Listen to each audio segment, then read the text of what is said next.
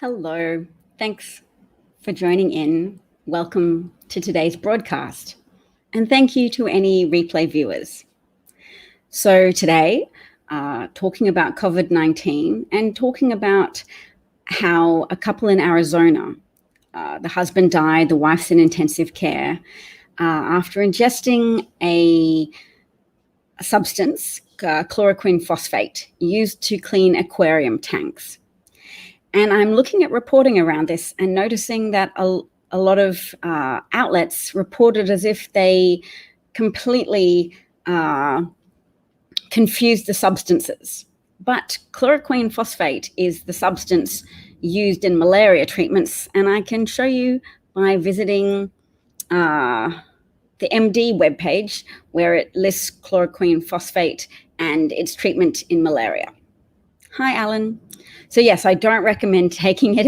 It's not the right thing to do. And Trump is showing an unscientific disposition, unwinding the benefits of science in promoting a drug that hasn't yet demonstrated efficacy in clinical trials. And people underestimate the power of human hopefulness to manufacture evidence before it exists. That's why we have science, to try and make sure that things really are objectively effective before we start panic buying it or distributing it or encouraging people to ask their doctors for a prescription. So let's have a look. We'll go to WebMD so I can share with you this evidence of the same active ingredient. Let's have a look. Chloroquine, Medline Plus information. Is that the one I want to do? No, that's Medline Plus. I need WebMD. WebMD chloroquine phosphate. And then we'll visit the NBC News article as well. All right.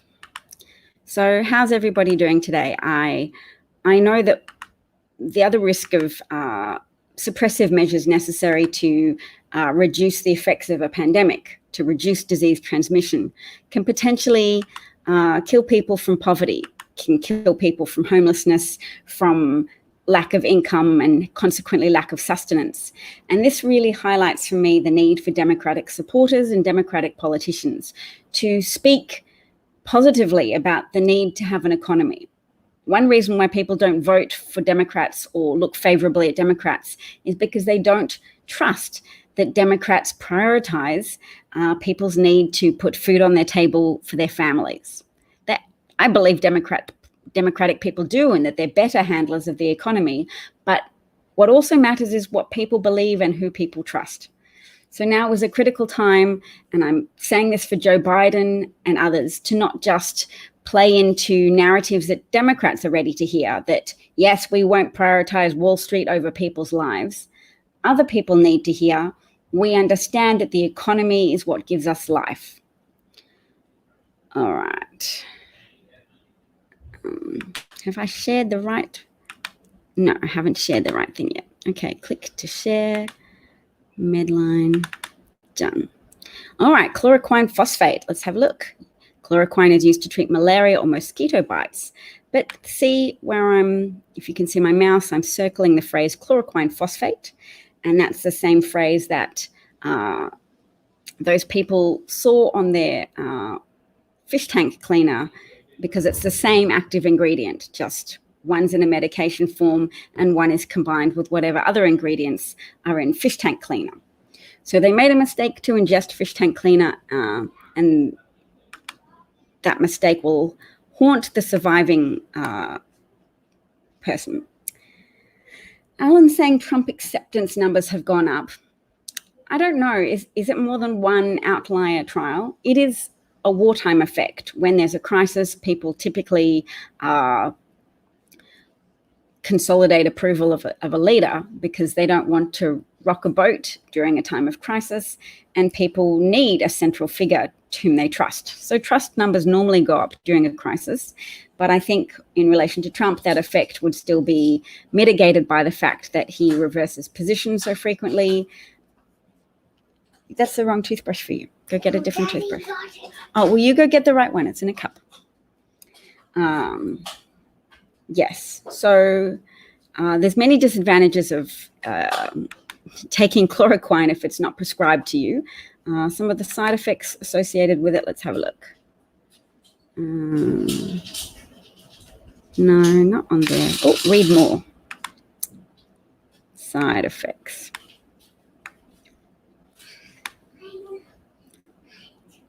Mommy, Yes, darling? where's that brush now? Oh, no, go get the right toothbrush, darling.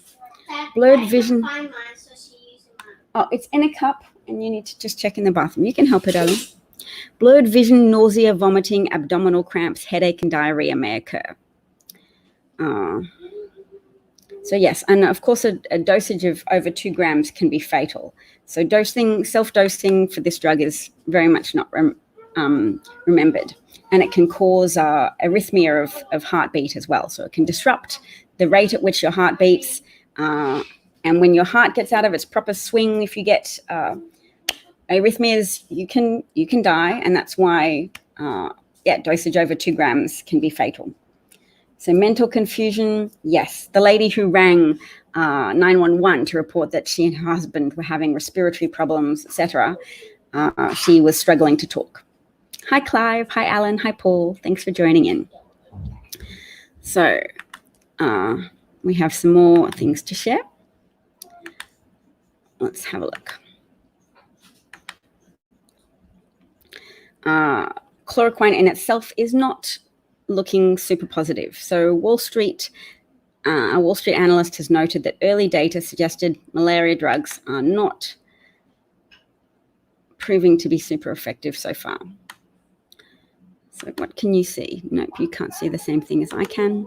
I'll fix that. We're looking at a biotech publication called Endpoint.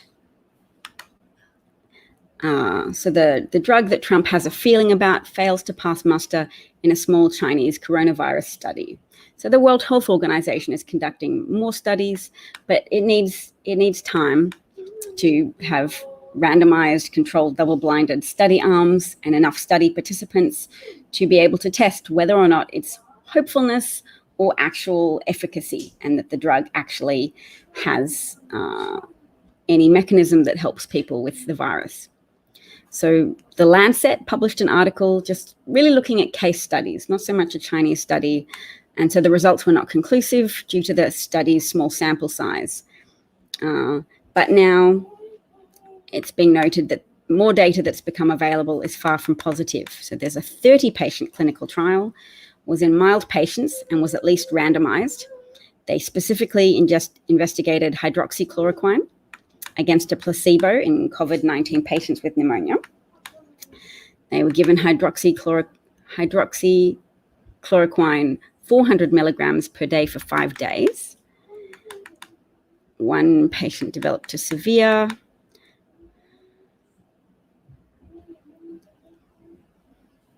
progression occurred in 5 cases, 33% of the hydroxychloroquine treatment group, and in 7 cases of the control group. So 5 cases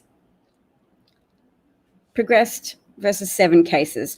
Do you know what? That's very small numbers and not significant. So it's not overwhelmingly backing up Trump's feeling, because of course that's what con men do. They want there to be easy answers. I know people like this. We all know people like this. They want to be the lucky guys who just went with their feeling and their instincts are so great. Trump's instincts are so bad, but he keeps rolling with it because he's got a great history of concealing when his worst impulses have gone bad. I mean, his impulses have gone bad, and bribing, manipulating, and intimidating journalists out of accurately representing to the public how much of a business failure he is. And look at his personal instincts as well. I mean, we don't need to touch on those. We're focusing on this pandemic situation here. But yes, clinical trials are different to Trump saying, oh, I think this snake oil ingredient just sounds like it'll fix everyone.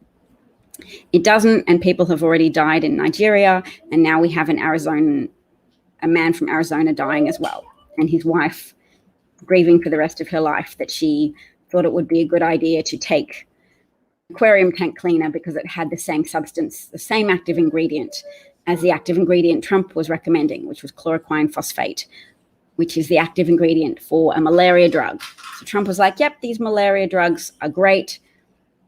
She saw the ingredient on their fish tank cleaner and thought, done. Added some to soda, drank it, suffered severe consequences. So yes, Arizona non-profit healthcare company Banner Health issued a statement saying a man had died and his wife is under critical care. Within 30 minutes of ingestion, the couple experienced immediate effects, requiring admittance to a nearby Banner Health hospital. The wife, on the phone with NBC News, told a reporter, "Oh my God, don't take anything, don't believe anything that the president says, call your doctor." Oh, good job. Good brushing. Yeah, now go spit and do it again with water. All right. Well, so we will get rid of that.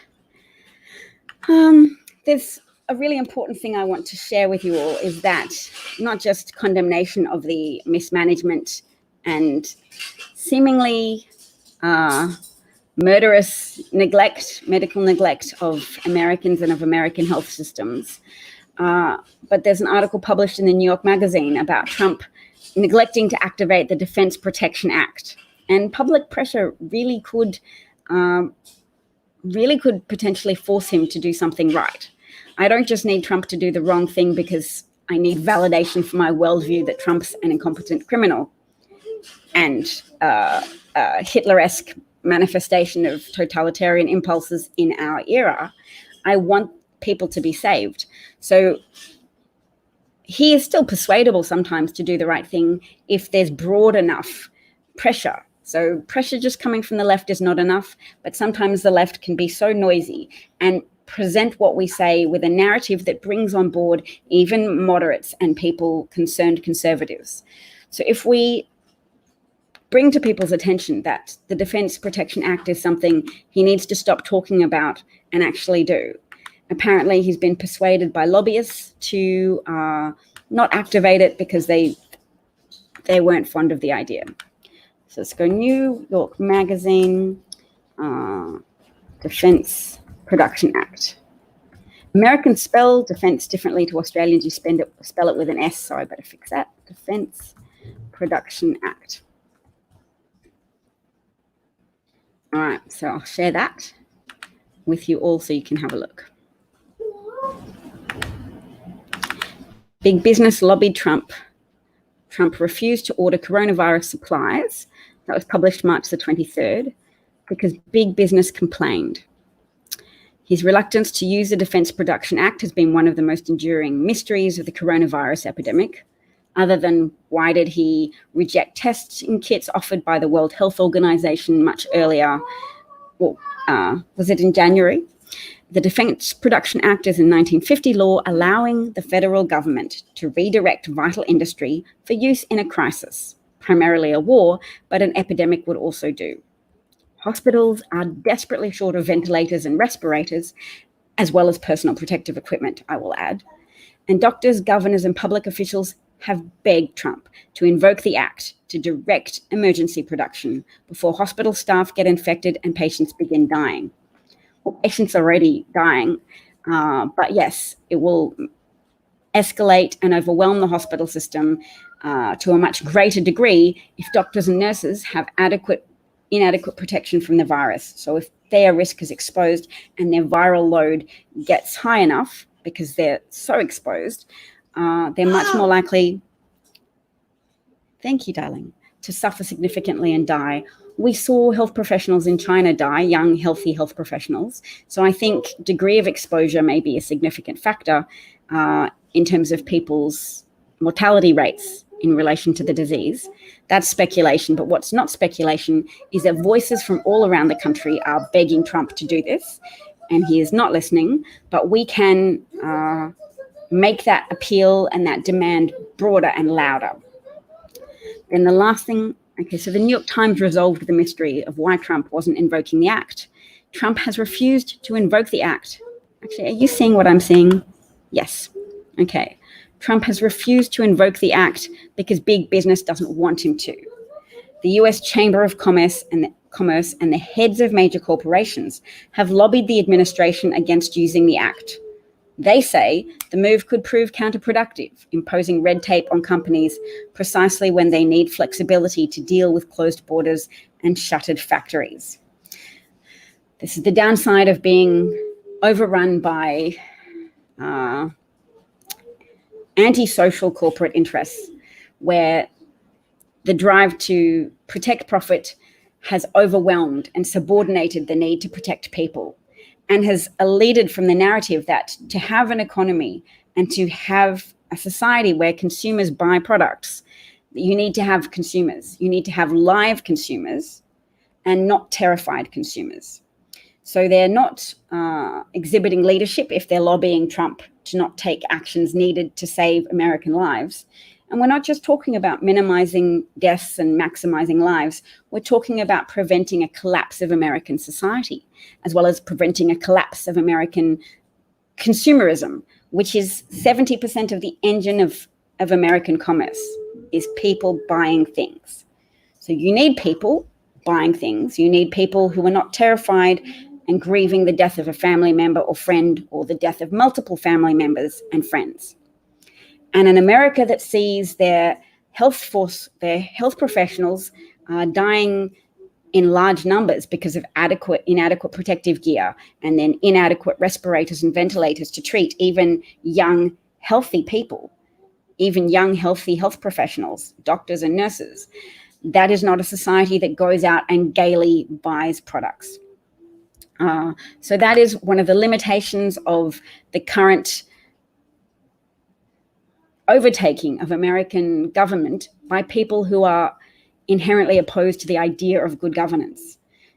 Trump and other Republicans are in favor of promoting commercial interests as if they are the country's only defense against a complete submission to communism, when communism is not really a significant threat.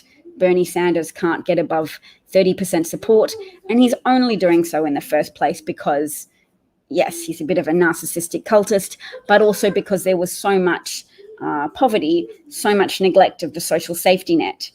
Even as people were told to believe that the social safety net was overly generous, it was not overly generous, it was under generous. Okay, let's see. For some reason, I can't see new comments. Now I can. Okay.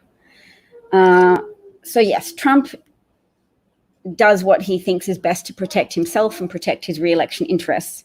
With normal people, you would hope that they would see good governance as being a predictor of re-election.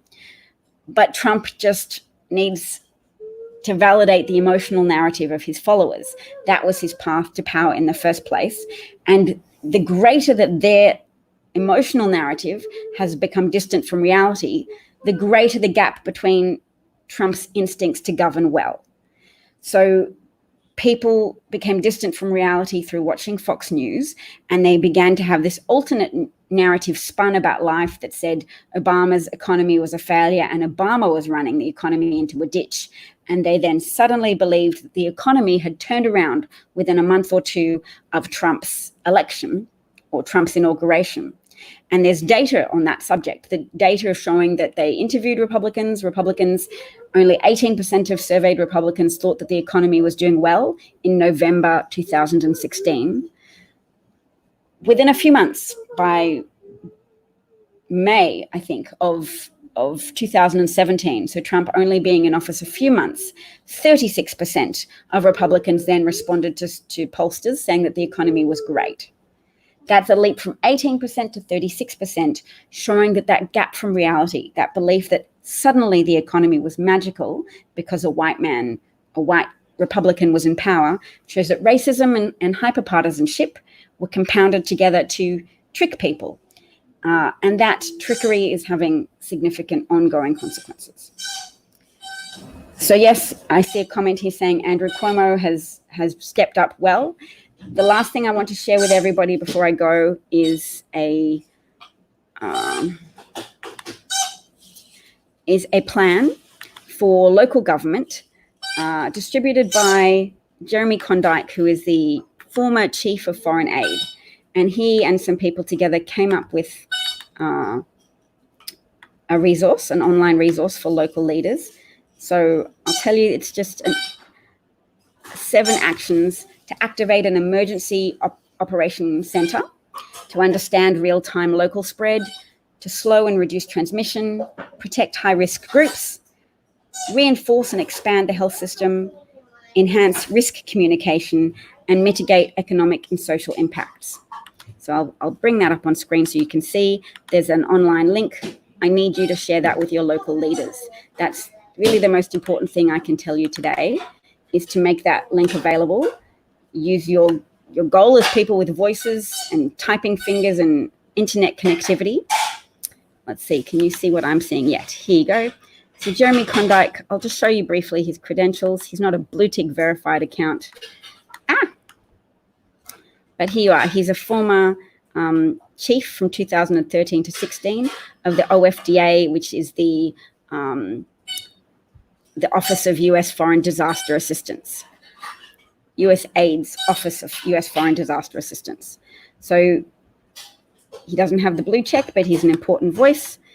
There's his 64,000 followers. So it's not a troll account, it's real.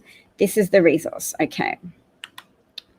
So local action and ownership is really people's only hope at the moment in the absence of federal leadership.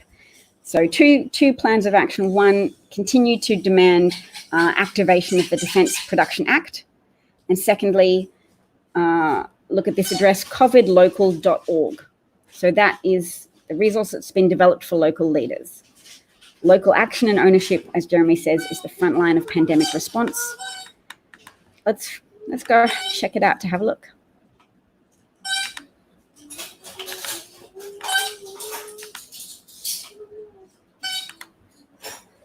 COVID preparedness dashboard. Hi, greetings from Buffalo person. All right, frontline guide for local decision makers. Indicators of progress, download the guide. This is their beta version. Key objective. Activate an emergency operations center and establish a whole of community incident management structure. Look, priority actions. Designate an empowered incident manager. Activate local emergency operations center and connect to state and federal emergency operations centers. Look, and a tick box for operational requirements. This is excellent. Please bring it to the attention of everybody you know, and then and share that link. I'll put the link as well in a banner so you can see it more easily.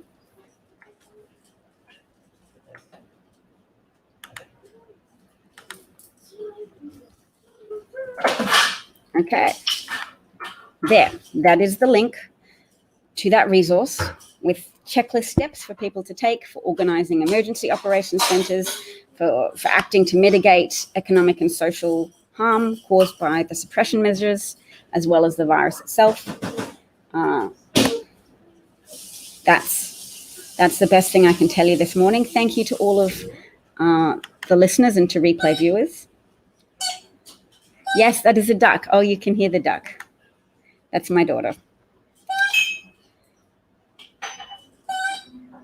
Thank you, Paul. Thank you, Jim. You've still got the calm before the storm. Excellent. Italian doctors have described that as the golden time. If it's calm where you are, then you still have hours and minutes and days to help reinforce your defenses, to help support your hospital systems, to help advocate for the personal protective gear. Are you doing that on purpose, sweetie? That will help. Can you do that over there? That would be awesome. Just there, please. Do you need to lose a point? Okay, good go. All right. Okay, yes. Use that time to advocate for the activation of the Defence Production Act, the DPA, at a federal level, and distribute that resource to your local officials and ask them, for the love of God, to follow its advice. Thank you. Thank you, Paul. Thank you, Benjamin. Yes. difficult to get testing. But goodbye, everybody. Have a great day. Mass testing is, of course, the way that South Korea has illustrated to reduce the spread of the disease, but also to be able to bring broad suppressive measures to a close, because when you can convincingly identify and isolate cases, then you can let some people out of quarantine and some business activity can resume. Thanks, Clive. I'm glad you enjoyed it. Take care, everybody. Bye, Alan, as well. Thank you so much. Bye.